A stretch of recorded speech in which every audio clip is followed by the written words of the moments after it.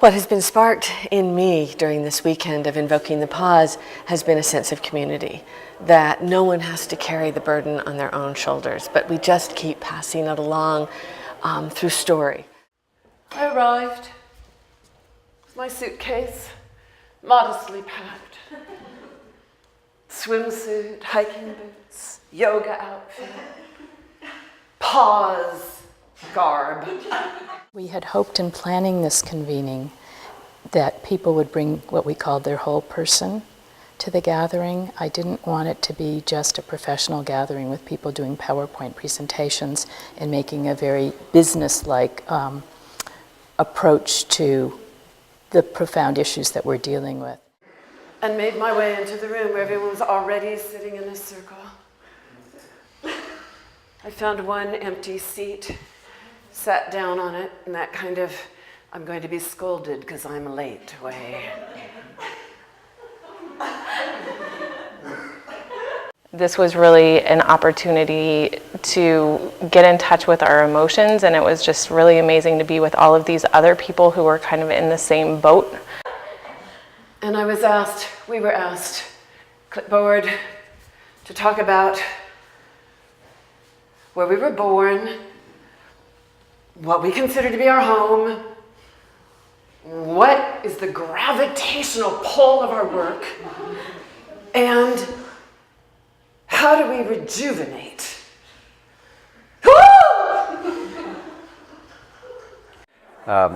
What surprises me about this experience over the last day and a half is both the things that are similar amongst all of us and the variety, the richness of variation really in picking up some of the same themes and some of the ideas that we've all discovered by taking our own pauses.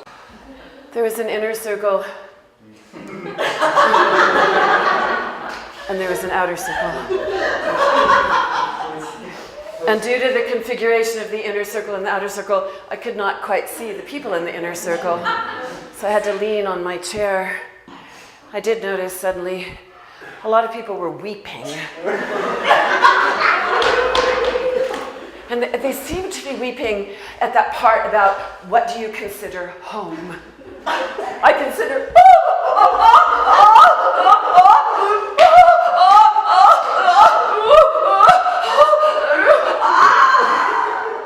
even the men.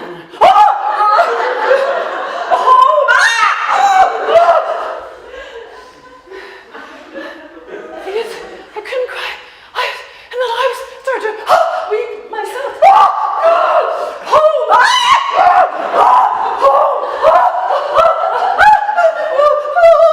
And to see that there's actually a lot of emotion that's driving every one of us every day, and that maybe we just don't ever get to acknowledge. And wine and company discussing horrible, horrible, horrible, horrible, horrible, horrible, horrible, horrible, horrible, horrible, horrible, horrible, horrible, horrible, horrible, horrible things.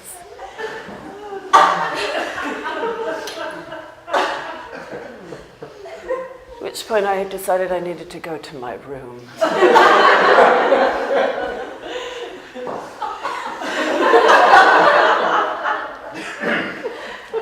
I also realized I hadn't paused yet. What has moved me deeply is the power of story to connect us to this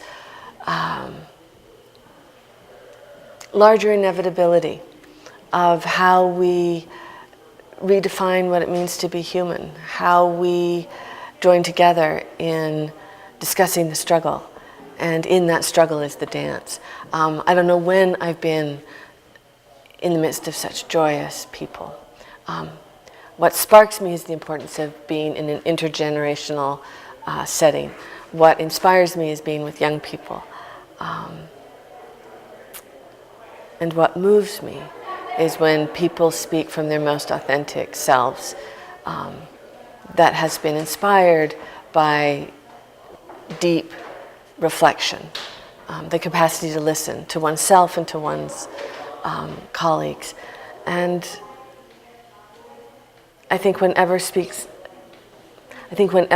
someone speaks from that authentic place, it's deeply threatening, deeply disturbing, and deeply inspiring. It's after midnight and I'm an activist, so it doesn't matter. You're supposed to be exhausted. There's work to be done, work to be done, work to be done. The global climate situation is really out of hand. No, I just paused in that kind of, I'm pausing.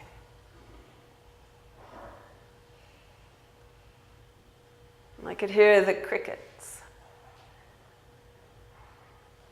really loud, kind of like opera crickets.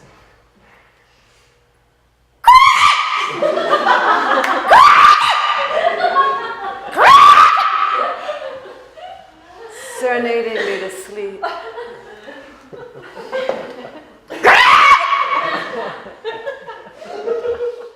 This has exceeded my wildest dreams. We started again.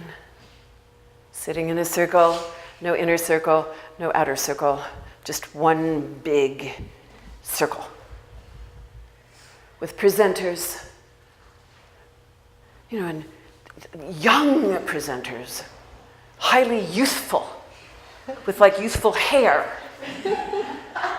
and youthful optimism, kind of wah, and I could inside yeah, and then yeah,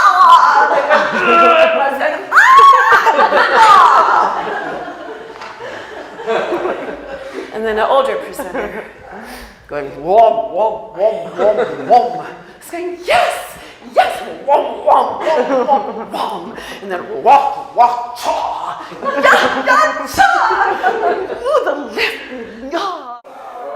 What we've been doing is different kinds of collaborative groups seems to be having a number of similar dynamics. People getting out of their comfort zone, thinking about being able to actively listen to other perspectives and finding that as a way to really identify a lot of wonderful creative approaches to very complex problems. That's what the morning had done. I was suddenly feeling that hope is like a tingle that starts in the pit of the belly and feels somewhat warm and then rises to the heart and turns the lips into the slightest bit of a smile. And I was sitting there beaming. And then it was lunch. I mean, the specificity of every person's story and project that came out of quiet. It is a resounding song. So much better that we're overflowing with too many ideas than us just sitting here and looking at the clock and saying, oh my God, what are we going to do for the next 10 minutes of somebody's presentation or the next half hour? It's a wonderful problem to have. I loved the room. I loved all the people in the room, and I wanted to know who was going to go next, and everyone had their own little take on it. That I'm a scientist, I'm an artist, I'm a graphic designer, I'm going to do a bicycle thing, I'm going to a little catalog, and we're working over here and doing that, and that seemed like, wow, okay, and skulls and hacking off ropes, peeling back and vomiting while you're doing it, and not writing on skulls, and wow.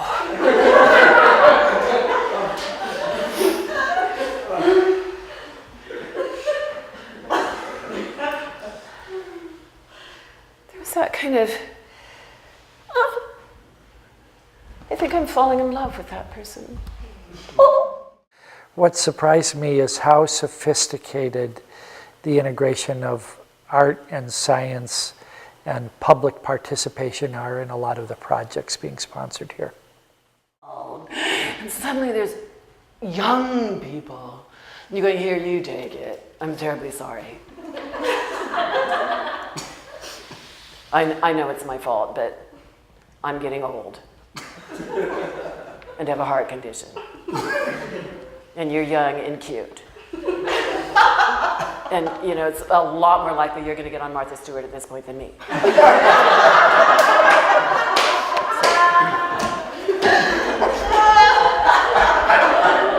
Good luck. I'm glad you got that grant. Thank you, Maggie. Go! Take the torch! Run into the great night! Yay! Applaud! Go! I'm going to take a pause.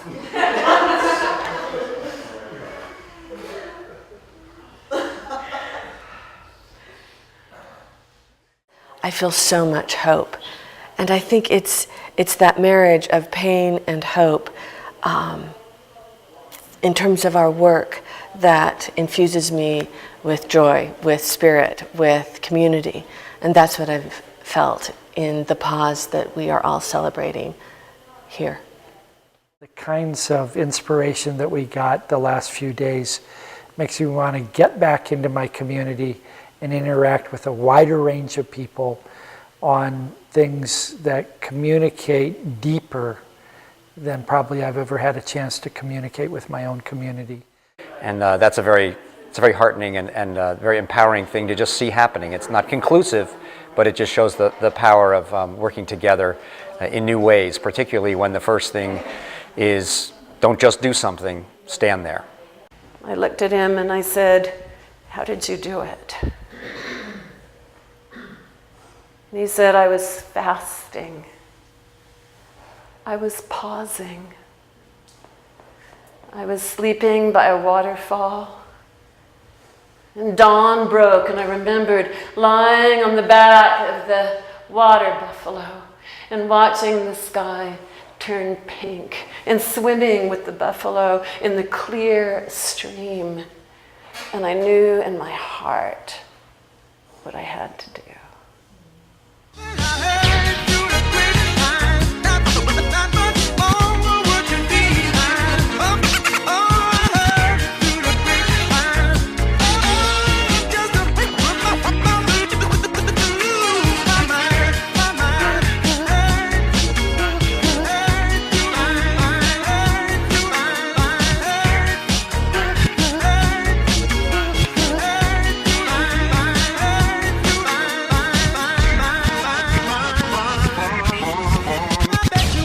How I knew